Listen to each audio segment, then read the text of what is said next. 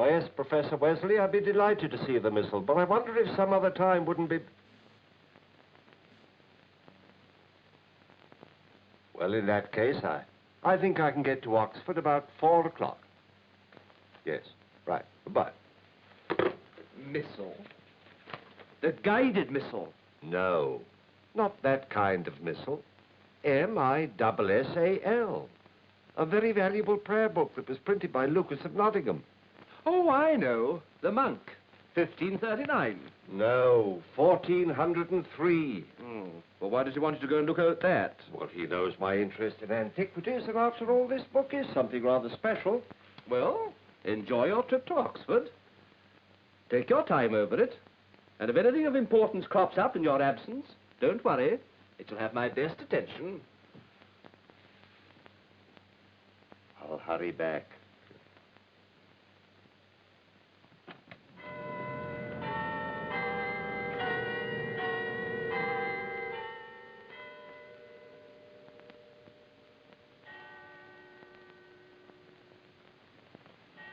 I have a confession to make, Colonel March. I've deceived you. It's true, of course, that I want you to see the Lucas prayer book. The university is proud to display the first book to have been printed on movable type. But I asked you here because we're afraid of losing it. Well, it would soon be traced. We know that Lucas of Nottingham only printed 2. The one you have here and the other one in Rome. Who'd want to steal it, but it can't be disposed of? I wasn't thinking about a thief. I'm a sane man, Colonel March, but I'm worried about Lucas himself. Oh, I know that he was a great man, prodigiously accomplished in the medieval arts and sciences. The black arts. The black sciences. Well, all art, all science is black, as you very well know, until it's understood. If Lucas of Nottingham, who died in 1437, takes possession of his book by some, shall we say, occult means, how would you understand that? Are you trying to tell me that you really believe that some spirit is trying to take possession of that book? It sounds stupid, I know, but the book, locked in that safe where nobody can touch it, moves, transports itself. Hello, Nancy. Hello, Gar.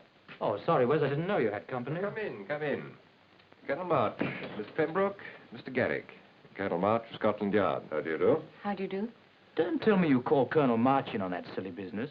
Is he trying to get you to arrest Lucas? Well, my department makes a specialty of arresting ghosts. Oh, yes, of course. I remember.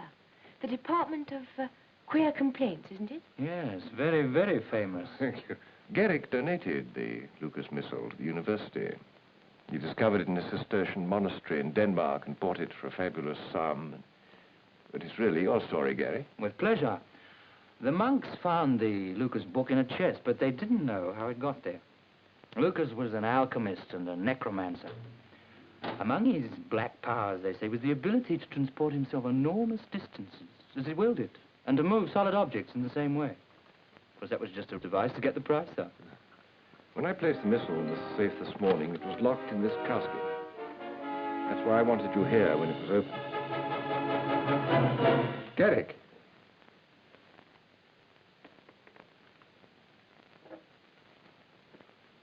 I assume this is it. Oh, thank heavens. I didn't mean to snatch it. Magnificent work. Just like the one I saw in Rome. It's more complete. It's perfectly obvious what's happened. He thinks he locked it in the casket. You're becoming absent-minded, Wes, that's all. Really, Garrick? This has happened before. Last Monday. I put it away just as I'm doing now.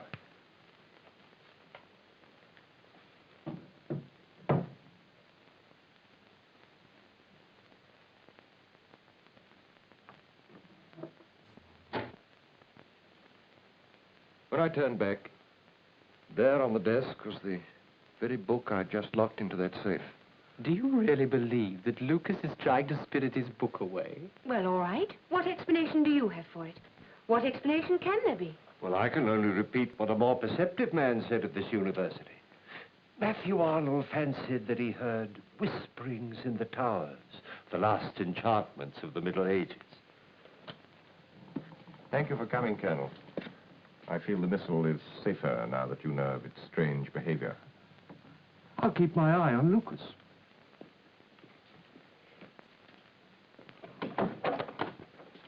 Oh, excuse me, sir.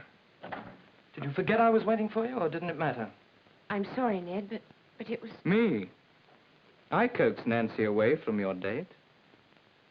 I don't like it, Garrick. I've told you before, I don't like it. If you dislike something I do, don't tell Garrick, tell me. Please, if you don't mind, I'd rather you continued this discussion somewhere else. I'm sorry. We're all friends. Don't be embarrassed, Wes. You can't be jealous of me, Ned. I don't want to take Nancy away from you. I just borrowed her for a while. Garrick, please don't talk like that. Now you can have her back. Gentlemen! I'm sorry. Well, you certainly can't take a joke, can you, Ned? Not when it concerns Nancy. No, I can't. Now I want to tell you both something. I'm not a bone to be fought over. I can't think why Wes puts up with you, or why I do, for that matter. Oh, I'm sorry, Wes. But if they don't know enough to apologize for themselves, I'll have to apologize for them. Nancy, don't go off like this. Listen, Nancy, listen to me. What a fool he is. He bore Nancy to death in 6 months. I'm afraid, Garrick, both of you behave like fools. I sometimes wonder if either of you will ever deserve Nancy. I shouldn't let that disturb you, Wes. If Ned and I get the sack, who knows? She may marry her favorite professor. Don't be ridiculous. On the contrary, I'm quite serious.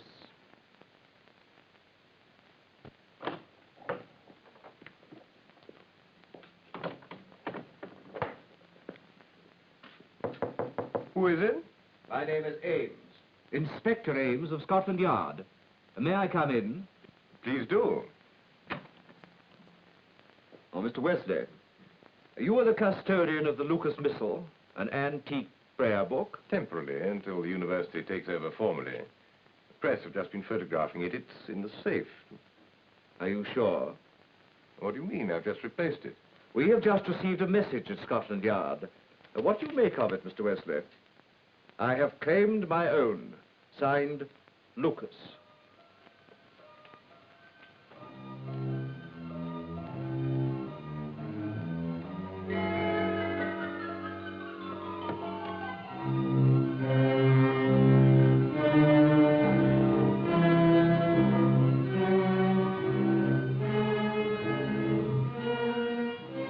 What am I going to do? Mr. Wesley, I should like to ask you a few questions. Won't do any good. It's gone. In those few minutes, you can't have gone very far. Sure of that, Ames? I think you're underestimating Lucas. Colonel March, I didn't expect to find... What was that you said, sir? Never sell genius short, even though it's a dead genius. A dead man didn't steal that book. Mr. Wesley, the book was placed in the safe in the presence of the photographers. Yes. And we're witness to the fact that it's no longer there. So the question seems to be, where is it? That's exactly what I'm trying to find out. Well, why don't you ask me, Inspector? Yes, I think I have an idea where it might be. That is, if Lucas is responsible for its disappearance. Come with me. Well, it's absurd. No one could have brought the book all the way across the quadrangle and up these stairs in these few minutes. It's not humanly possible. I quite agree, Ames. It's not humanly possible. Then what have you brought me here for? I think I know what Colonel March has in mind. The Lucas room is in the 5th tower, isn't that it? That's right. He was a student here in the early part of the 15th century. So if Lucas did take the book, I think it's reasonable to believe that he took it back to the room in which he lived. Reasonable nonsense.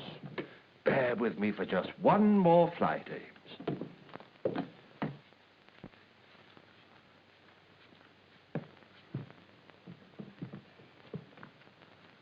Where are you gentlemen going? To the Lucas room. Oh, no. You can't do that, sir. This floor won't be dry for another couple of hours yet. How long have you been at this? Better part of an hour, sir. And the book disappeared 10 minutes, say a quarter of an hour ago. You still think it's in there? Well, I hadn't thought of finding varnish, but it can't be helped. Here, wait, it isn't dry. I feel just as you do. Well,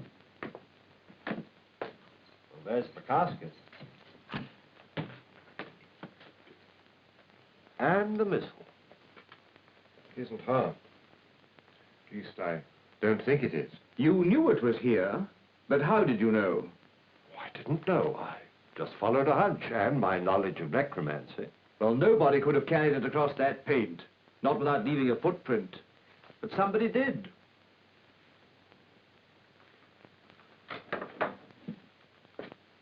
Oh, not through there. Solid stone. No other way in or out. The room, in effect, is sealed.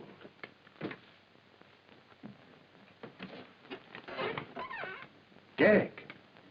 Did your knowledge of necromancy tell you about this, too? Strangled. Is this some more of Lucas's work, Colonel March? Perhaps.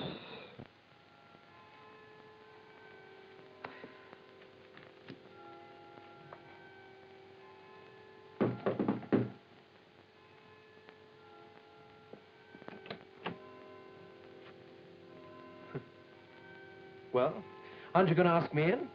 Ned, I'm in no mood for bickering. You don't have to be rude about it. All right, come in. Now, what is it? You went to the Fife Tower this afternoon. So you've been following me again? With very good reason, it seems. What were you doing there? On the contrary, what were you doing? Snooping? You went there because you had a date to meet Garrick. That's true, isn't it?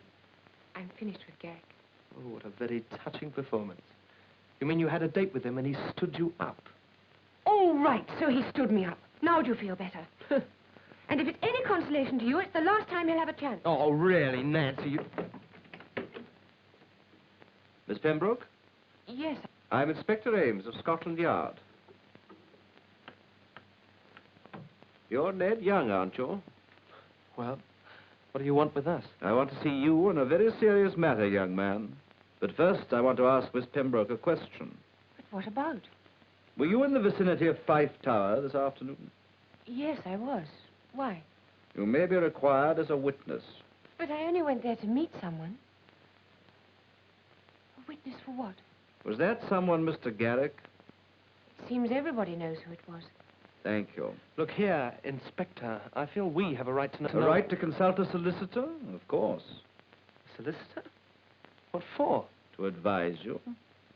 But if you have nothing to conceal, I can see no reason why you shouldn't answer my questions. Oh, of course not. But what could we have to conceal? This scarf, which I believe has been identified as belonging to you. Yes, that's right. Where did you find it? In the Fife Tower. To be precise, I took it from the dead body of your friend, Mr. Garrick. Oh, no. It had been used to strangle him. Fife Tower. I'm afraid you'll have to come with me, Mr. Young.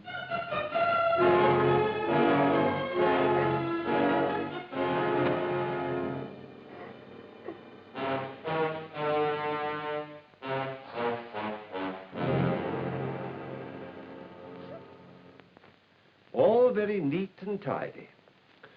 All we have to do is to find out how Ned Young crossed a newly varnished floor without leaving a trace. Come in, Miss Pembroke. You remember Inspector Ames, of course? How do you do? How do you do? As you may have gathered, we were talking about your friend, Ned Young. Yes, that's what I came to talk to you about. Yes? He didn't do it. He couldn't have done it. Why not?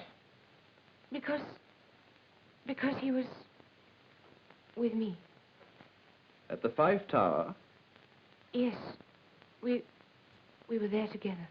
Miss Pembroke, are you prepared to swear under oath that Ned Young was with you at the time the murder was committed? Yes. I wouldn't if I were you, Miss Pembroke. You might be liable for a charge of perjury, if nothing worse.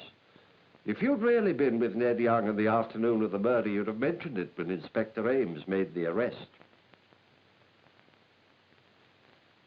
He didn't do it. He's a decent person. Oh, he was angry with Garrick. Yes, that was my fault. But murder? It's unthinkable. Well, I still feel we mustn't overlook the one who is the most likely suspect. I'm referring to Lucas. Oh, come, March. No disembodied spirit strangled Garrick. And as for that book that keeps appearing and disappearing, I'm going to prove with a few simple tricks that anything Lucas can do, we can do better. I'm afraid Inspector Ames has a prejudice against ghosts. When will you be ready to demonstrate? By tomorrow evening. Very well. Then we'll all meet in Professor Wesley's study. You'll be there, Miss Pembroke? If I can help. Indeed you can. Thank you.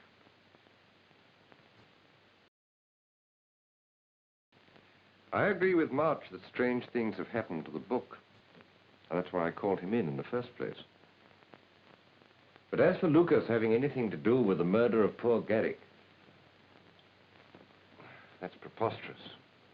Then you're convinced, too, that Ned did it? Aren't you? No, I'm not. And I never will be. I realize how you feel, Nancy. I'm fond of Ned, too. But we both know that he's an unstable and impulsive boy. I need hardly remind you that he had it in for Garrick. Yes, I've heard all that from Inspector Ames. Unfortunately, it's the truth. There's nothing we can do to help him. Try to put Ned and this unhappy business out of your mind. It's not your fault he quarreled with Garrick. He was jealous of anyone who even looked at you. I think sometimes he's even jealous of me. Of you? But how could he have been, Wes? Of course, you've been wonderful to me, and... Well, I've always admired you. But so did Ned. Shall I tell you something? Ned might very well have had good reason to be jealous if he'd known my real feelings for you. I never told you for many reasons. First, I hesitated because, well, you were my student. Later, Ned came along, and afterwards, Garrick. I didn't have Ned's youth or Garrick's wealth, but I will have money, Nancy, soon. A lot of money. And as for the difference in our ages, well, you won't be 23 all your life. And as time goes on, the difference becomes less important. Wes, please don't talk about it anymore.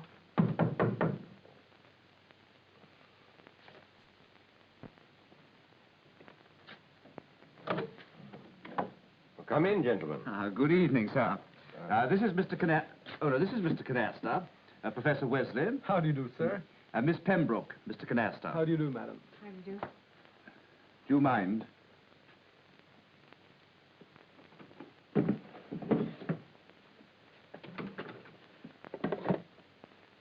Is this your handkerchief, Miss Pembroke? I need hardly tell you that Mr. Canasta is an illusionist. So it seems. Well, we all make our illusions. Mine are simpler than most. As you know, Mr. Canasta has come to demonstrate that certain events which have appeared to you as supernatural, and to Colonel March, have in reality a perfectly natural explanation, and may be duplicated by any man with sufficient skill. Please, Mr. Canasta. Thank you, sir. This, I take it, is the Lucas Missal. Is it? But it was over there on the table. Well, it's now here in my hands.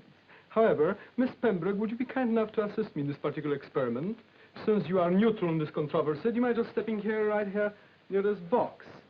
Now, please do hold the book in your hand. Now, look, here we have a little casket like this. Do you mind if I open it? I do. Would you please put the book inside? Now, look, what happens is I close the casket and hold it in my hand. Now look, I'm placing the casket with the book inside the big box. And we close the box. And would you please lock the box? And place the key right here. Right here on the top. Now, I make 2 passes, just like this. 1, 2. And would you believe, if I just sort of step back for a moment, I couldn't possibly touch it, would you believe that the book is no more in the casket? Would you believe that the book has actually disappeared from the casket? Open the box. Take out the casket. Hold it in your hand. Open the casket.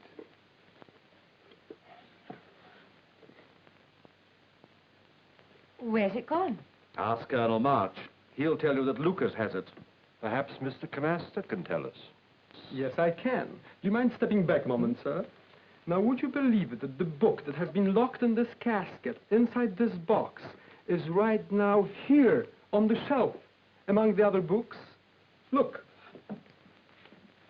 This. Could this be it? It could indeed. As a matter of fact, it is. What did I tell you? Well, Canasta, I think you'd better tell us how the trick was done. Yes, I will. It's very simple indeed. All you need to have is a book. Of course, the casket is a very important part here. Now, I place the casket here, open it, and I place the book right inside the casket like this. And while I'm placing it inside the box, I press a hidden button. Look what happens. The bottom opens up like this.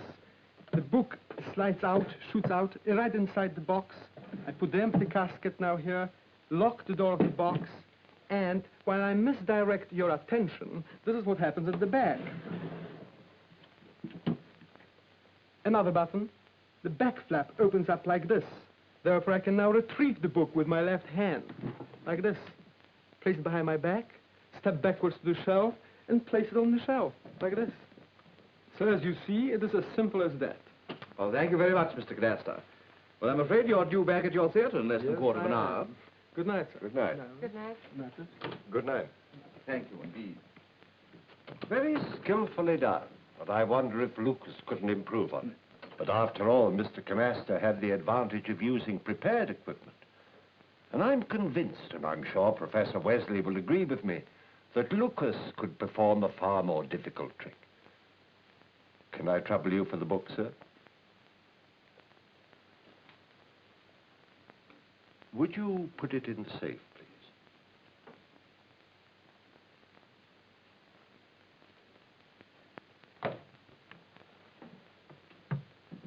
Now close the safe and lock it. Don't be ridiculous, March. You'll never get the book out of that safe.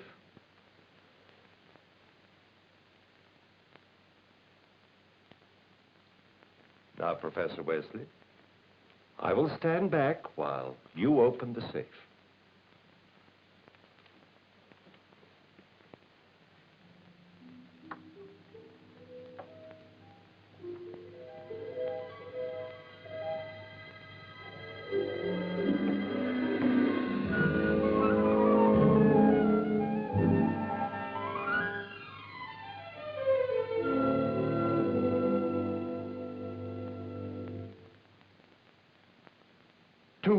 Missals? Exactly.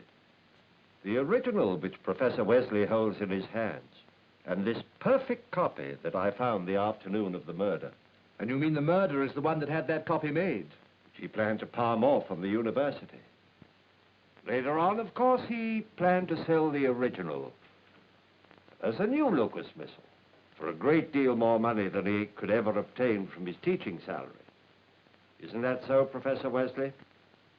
But why did you kill Garrick? He stood between me and someone I loved. He knew how I felt about you, and he kept boasting that he could have you if he wanted. You had a date with him that afternoon in the Fife Tower. He never came back from the tower.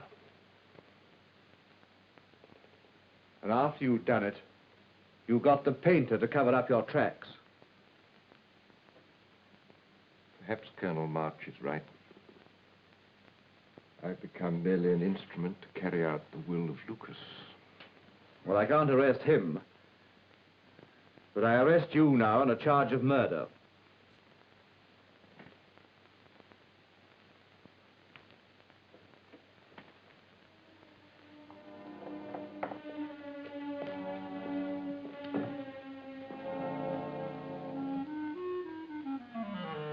before we finally lay Lucas to rest, would you like him to perform another miracle for you?